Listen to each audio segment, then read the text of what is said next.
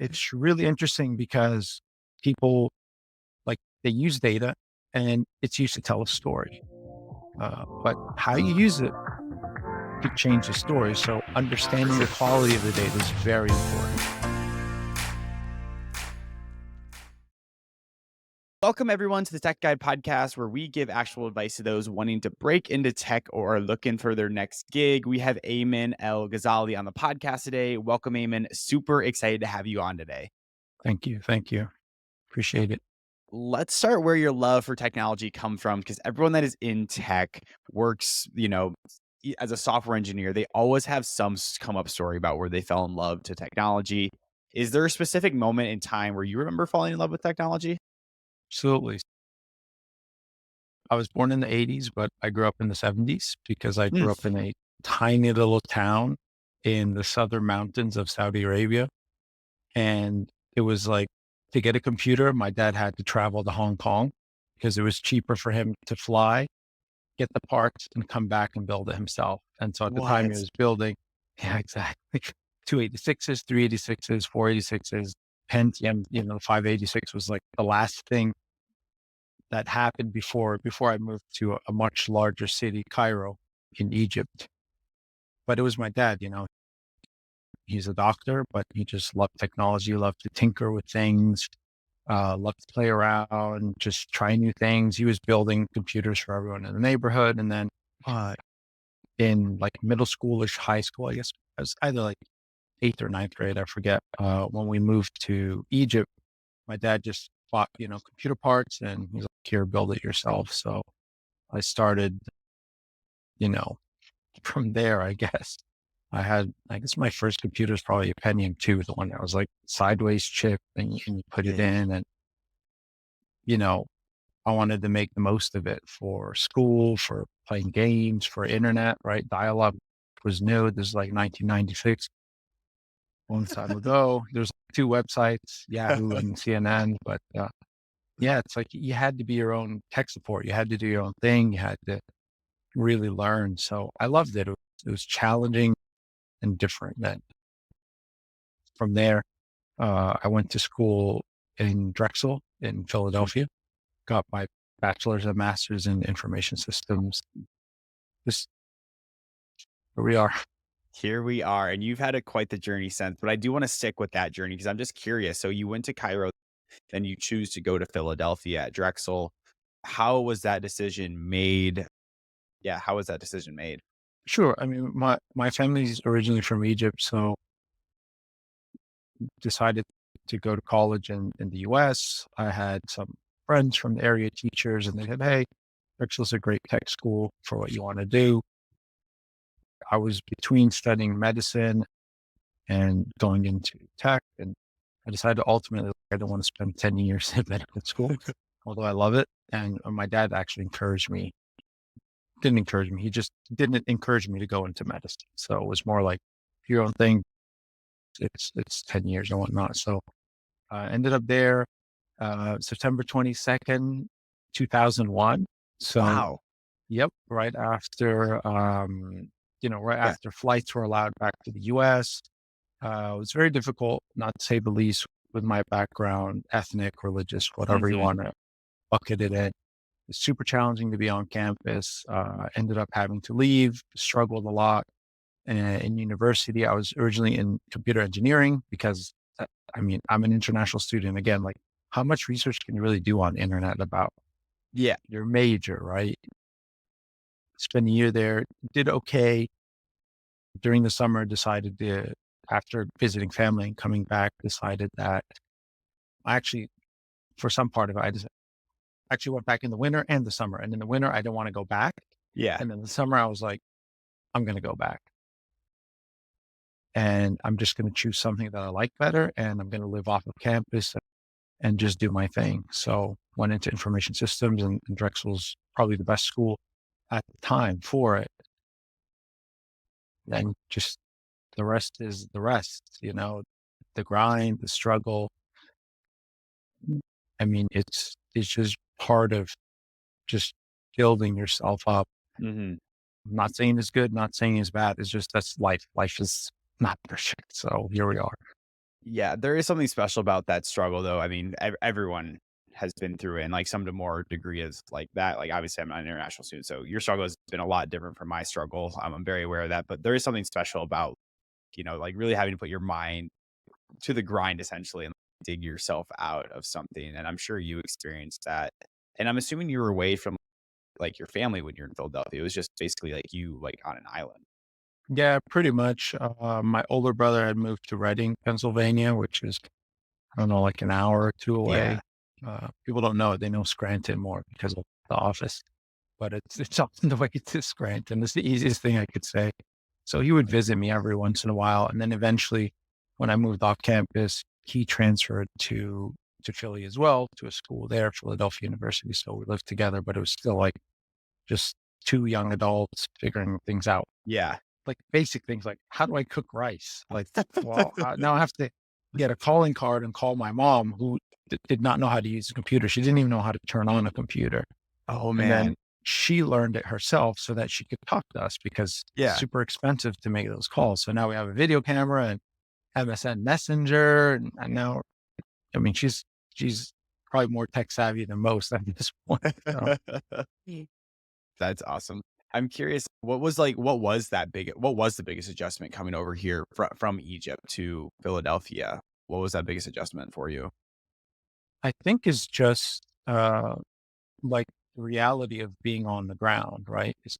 It's just like going to college. You go to college, everything's a bubble, and then you get to work. Or high school, everything's a bubble, and then you get to college. Or Yeah. elementary school, everything's a bubble. And I think it's just part of coming out of that bubble and realizing, oh my God, I'm an adult. I'm on Yeah. my own. I need to figure things out. And oh my God, like life was so much easier. And I could probably say that about my life now. Yeah, It was yeah. more difficult than it was before, but it's like, I don't know. Usually we think life is just sort of like a slope, but it's really not. It's just boom. Now you got to climb Everest. And then when you get to the top, you're like, oh, that was easy. And then I was like, oh, wait, there's another peak to climb. So I think Uh, that was the biggest adjustment. Language, not a problem. Obviously, I went to American schools my whole life, and just really being alone and figuring things out.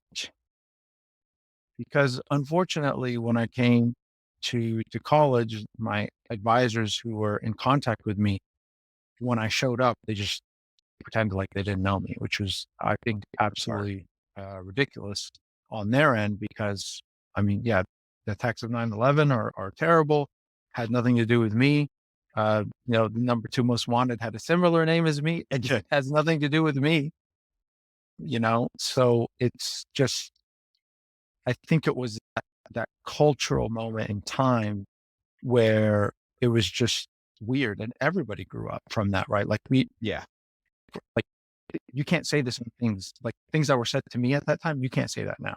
Oh, You would no. get, fired or whatever it is, from work. So I think that was probably the biggest challenge, and actually to be heard, because no one really wanted to hear anything. They're just like, Yeah. it's fine, whatever, you're okay. And I'm like, no, I'm not okay. Like I am in physical danger at some point, while I'm here at the dorm. So that was, you know, I can't say it is what it is, but Yeah. I'm here now. So I was gonna say. And because right now you are with Microsoft, you've been here for about 8.5 years. You first started there in June 2014. I'm curious, like, how did this role at Microsoft pop up for you, and how did you bring your background into this role of Microsoft's, like, really to get it to start us off? that's a good question. I would say I was very resilient and just, I don't like to use the word go getter, but just persistent. I mean, for me, I moved to DC for a job, and I had also similar struggles there because of the environment. And I took that opportunity to learn and fight and make my skills better. And I ended up, out of the almost 4 years there, and this is probably maybe the first time I've ever said this publicly, but 3 of those years I was just interviewing everywhere. Like I Wow. just wanted to get out, and nothing really aligned until I had a position at Microsoft. And that, at that time, it didn't align. Yeah. And it was years of interviewing, years of studying, years of meeting people. Or I mean, I'm not going to say I did everything myself. I met people. I went to one event. Someone was like, "Hey, do you want to work for us?" I'm like, "Sure." And that was like the final nail in the coffin that actually helped me land it. But yeah, I mean, I've interviewed with people 100x smarter than me.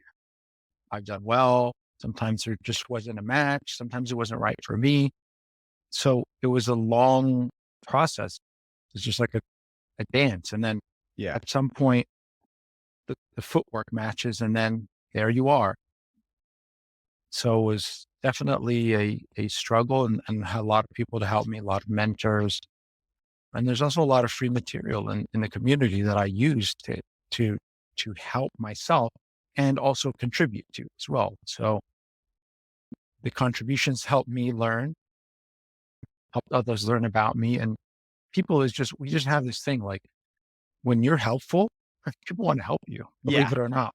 Oh, like newsflash. I mean, Yeah, yeah. no one ever knew that before, right? I'm just kidding, of course, but uh, that was definitely a big thing. So I think everybody has some value, even if it's just to say thank you to someone who taught you something or appreciate that. It goes a long way. People would say, "Hey, well, I had this," and people send me things for free to just read or look over. "Hey, you want to review my book before I Yeah. publish it?" And I mean, that's a great learning experience for me, right? So Yeah. Can you talk a little bit more about those communities that you are part of that you contributed to, but you also got your resources from? Can you kind of break that down a little bit, what that community was? sure. So one of the first ones, Google Groups. So again, Okay. sort of dating myself is you go in and you gotta ask a question and answer a Yeah, question, yeah. and it could take a day or a month, and in between, you're trying to figure things out yourself.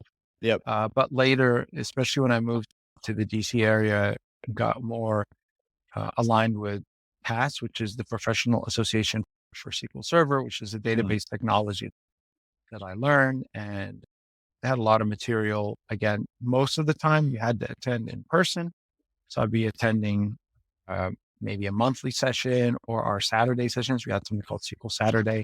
And SQL then it Saturday. became, yeah, it's pretty cool. And then it became, okay, SQL Saturday in Richmond. So I drive down to Richmond. SQL Saturday in Philly. I drive up to Philly.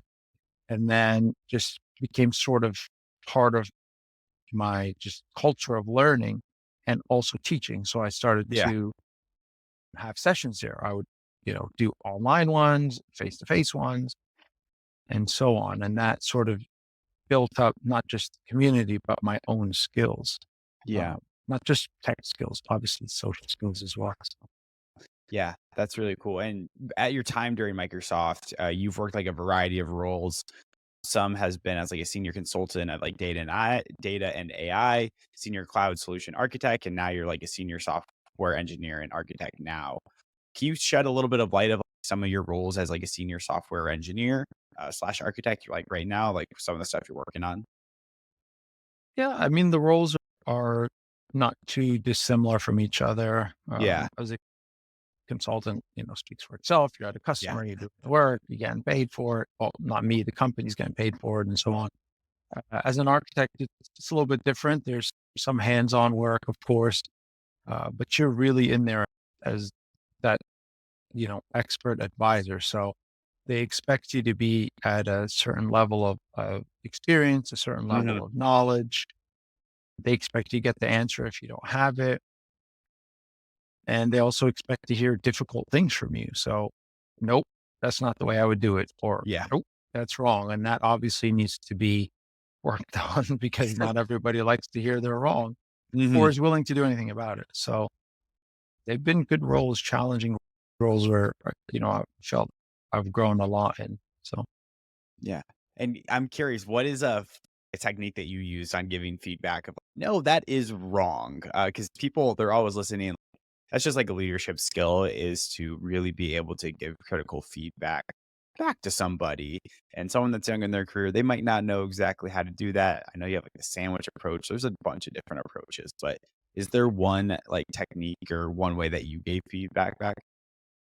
it depends on the person and what side of the coin they're on. Are they a Mm, customer? Are they not? Are they friendly? Are they not? yeah. Are they, where are they in their career stage? Like you said, maybe somebody is at a stage where they want to show off to build their confidence, right? And so Yep. you're just blasting everything out. Like, oh, this technology is so much better than everything else. And you're like, well, yeah, I've heard that for the last 10 years and it didn't Yeah, end up to be yeah. like that. And I've had that. And I've just had to leave that person do the work. And Yeah. people say, well, if you're the expert, why aren't you correcting that person? I said, well, they don't want to be corrected. So let them reach the wall, bang their head at the wall, and then come back to it, right? Because I can't force anyone to appreciate or respect the advice I'm giving them. So, Yeah. and in other cases, it's just you just have to be clever with your words and really drill down to what are you trying to get at? Why? We Yeah. almost never ask why. Why are you doing this? Oh, I need real time data. Why? Because I need to see a customer, grabbing a pen off a shelf, and then I need to ship a new pen so that there's 10 pens on the shelf and not nine, you know, I like really? Okay, well then if that's what you need, then these are the requirements to get there and this is how much is going to cost. And then all of a sudden conversation starts to change. Whereas, and I've had that. I've had people say, well, we need to be able to upload X amount of data in 5 minutes. Why? Do you do it every day? No, we do it once a year. Okay, well then we're not having this conversation again, right? And then their leadership starts to see it because sometimes they don't understand what's going on. They're just like, tech people talking tech. Yeah. But as you get down to the whys and they start to have dollar signs in their head and they're like, nah, we don't really care. We could wait an extra minute if you're only Yeah. going to do this once a year. Uh, and I know it sounds like sort of silly, but sometimes it's that silly. So you got to get down to the root of why we do things and really understand foundations and fundamentals underneath everything.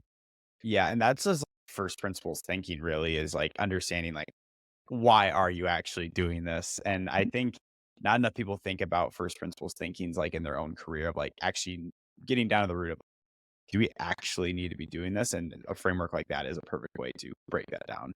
Yep. There's always motivation behind why people do things. So you kind of have to also figure that out and go from there. Yeah, there we had a conversation recently about there's four motivations that people always care about. It's like financial, like personal relationships, like health reasons, or like rewards, like slash compensation. And it's understanding what that person is motivated about and being able to speak to that motivation and to basically persuasion skills in a way, but also to solve problems is if there's something not aligned here and we need to be aligned on what's your motivation here to actually solve a problem. Yep. And you also have to be flexible that I may be misunderstanding or I might be wrong here. So I have to be flexible to Yeah. learn and show them that I'm capable of learning and maybe changing my ways. So, Yeah, exactly. I love that. That's really good. I want to talk a little bit more about data as a whole. Since in 2015, that was like your real first role was a senior consultant in data and AI. I'm just curious, since 2014-ish, how has the perception on data changed in an organization of like how you can use data? actually, it's funny because w- when I was at Drexel, like you study everything, you study all different parts of it, and I really liked data, and that's why I took jobs in that field even before coming to Microsoft. Yeah. Just it was more like data analyst, DBA, just sort of building up the foundation. The thing about data is that everybody wants it. Everybody thinks they know what it is, Yeah. and it's sort of like physics, right? So at the end of the day, it's a zero and a one. So you can't move a zero and a one faster than the speed of light. No one's come up with it yet. So there are things that are fundamental that you have to know Hmm. and that you have to deal with. And then everything else is just sort of tools around that, how we manage that data, right? I don't know, I guess the best example is like a car, right? I mean, Yeah. forget about electric car, combustion, right? That's the fundamental. But how do you get there? Do you get there with two wheels, four wheels, three wheels, five wheels, I don't know, nine wheels? That's where it differs. But the idea doesn't disappear. You're trying to get from point A to point B, and you have an engine that moves and tires that it moves upon and all that sort of thing. I think people are afraid of data, but it's really central to everything that we're doing. That's why we have all these things. That's why we have YouTube, right? YouTube is Yeah. just a big data store, video, right? Or Mhm. audio or whatever it is. I think it just needs to be better understood. Yeah, and this is that actually hits on a perfect point that I wanted to hit. I pulled a stat that said companies that use big data solutions increased profits by an average of 8%. And the global big data market value is worth more than $56 billion in annual revenue. So there is a lot to actually understanding your data, but then actually utilizing that data to drive business decisions. Right. If it's not used, then it's just, it's kind of like sitting on a gold pile and just not doing anything about it. Yeah. And right off that, what are some of the ways that an organization's listening or someone's listening right now and they're thinking like, what are the best ways we can use data? What are two ways that someone could identify data within like their system and then actually use it? I think one way is to think of the concept of less is more, right? Like Mhm. you really want to look at quality, right? Yeah. Because there's data everywhere. I mean, like probably 80%, I mean, there's a made up stat, but 80% of data in the world is just cat videos, right? Yeah. Cats doing silly things, right? So it's not of quality. I'm sorry to all cat lovers and owners, but it's not quality data. So less sometimes is more. Mm, And when you have something, you need to know that you're not going to get everything. You're not going to get mm, every single piece of data. It's not going to happen. So you have to make sure that you're actionable, right? People go into this analysis paralysis where they need everything and they need the mhm, data to make the decision. And they say it's data driven decisions. Believe me, some people have 100% of the data and they don't actually make a decision properly on it. I remember hearing a story about they gave this group a pill and they said, if you take this one pill for the rest of your life, you'll never have any disease, cold, anything like that. It said 90% of the people failed and they couldn't just take the pill every day. And it was so simple. So it's sort of the same thing. Okay, you can have all the data in the world, but if you're not doing anything with it, then where's the value? So yeah, there also has to be a decision that's made on that and a decision that supports the data, right? And if your data is not good, then you're making it the data based on bad data. So there's a really good book. It's tiny, or I didn't college. It's called How to Lie with Statistics, mm, and you could read it like just in the afternoon over a cup of coffee or tea or water or whatever it is. It's really interesting because people like they use data and it's used to tell a story, but how you use it could change the story. So for understanding the sure. quality of the data is very important. I really like that. I really like that. And I do wanna that was my I do wanna focus, as we end up here, I do wanna focus a little bit more on someone that's young in their career. You have obviously been with Microsoft for 8.5 years. I'm just curious, what is, like, some soft skills that you would contribute, like, 3 soft skills that you contribute to your success there?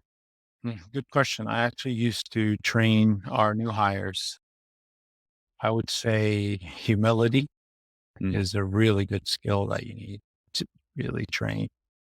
And I think curiosity, like always be curious, always be looking mm, to learn. And I think probably the last one is just having that pay it forward attitude, like yeah. not being stingy. So you're curious to learn, but you also want to teach and you approach everything humbly. I guess those are the three soft skills I would say go with. Alright, I really like that. Do you have an example in mind of, like, something curiosity? I do wanna tackle that one. Can you explain, like, why that is beneficial? Everyone always hears, "Be curious about this, be curious about this." Like, why at a young age? Going back to that why principle that we talked about earlier, but, like, why? Because you don't know what you don't know. And, Yeah.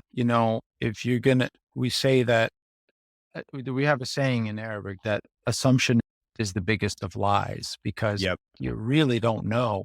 So when you're curious, you're learning things, you're experiencing things from different people, from different cultures, from different technologies as well. I mean, yes, my focus is data, but I learn about Yeah. containerization, networking, whatever it is. Not that I'm going to be a jack of all trades, but I just want a piece around here. I want to know what's around my world and how my world is affecting and how the world around me is affecting it as well. And so it's important to keep that because that's how you grow. And Yep. technically, it's more fun to learn Yeah. more things. Yeah. That's something that I've taken really a hold of the past 3 years is if I'm curious about something, like, look it up online. It's simple as that. Like, if something pops in my mind, might as well just look it up online. If you're super curious about it, read a book or something, or listen to a podcast about it. I do Right. think we are becoming less and less curious individuals as a whole. Just we have so much information out there, but like, people just like are like not caring anymore about their curiosity. I think it is super important to have a skill, super important to have at a young age. I agree. Then I'll add a fourth skill to that, Nice. and it's critical thinking Mm, because you need to think for yourself and not be told what to do. That's how mm. you really succeed. Otherwise, I might as well tell an AI to do what I needed to do. Yeah. What does critical thinking mean? What does it look like to you? It looks like to me that someone, like, let's say I hire someone brand new and they're curious, they're going out to learn, but what they're learning, they're teaching back, and then they get stuck somewhere and they ask. Mm, And I tell them, okay, this is probably how you do it. And then they do it. And then the next time they do it. And the third time they do it. And maybe they teach someone else, as opposed to just waiting to be told what to do or waiting for an assignment, or on the opposite side, just the command and control culture, which is not why you hire people. You don't hire people to tell them what to do. You hire people yeah. so that they can come up with things, be innovative, and so on. I think critical thinking helps you just take a step back and think things through and maybe remove emotions from it. Like you said, we have difficult customers sometimes. They don't want to listen to the feedback or any of that. So that helps you sort of just look at it objectively and, hey, we're trying to get to the same place. Mhm. How can we get there together and make it work for everybody? So I think it's in our atmosphere today, Yeah. it's quite lacking. Yeah, and I think another one, just reading like what like you mentioned the lines what you said, being proactive, I think is a huge one as well. I don't think enough people, like you said, command and control is they're just waiting to hear, oh, I should do this next. But being proactive, finding things to do, and actually like doing those things can bring a ton of value to like any organization. Yeah. There's always something you can do. I like that. And last question for you as we wrap up here. What one general tip just for someone young in their career, what advice would you give to someone? Wow. Just go down to the fundamentals and keep sharpening that. Everything is built on that. I mean, again, to give that analogy like of building a house, right? If I know how to build a foundation and I know how to keep it solid, no matter what I do on top, it's going to be firm. Like a lot of folks are just I like focused on what's the newest, what's the tool, what's this, but it it's just as far as the tool goes. But when you actually know, why technology, why the zeros and oh, ones that's dancing around and all that, I think that takes you a lot further. I love that. We will wrap up with that. Thank you so much for being here today. The very quick episode, but a ton of great advice in here. So thank you so much for being here today. Thank you for having me.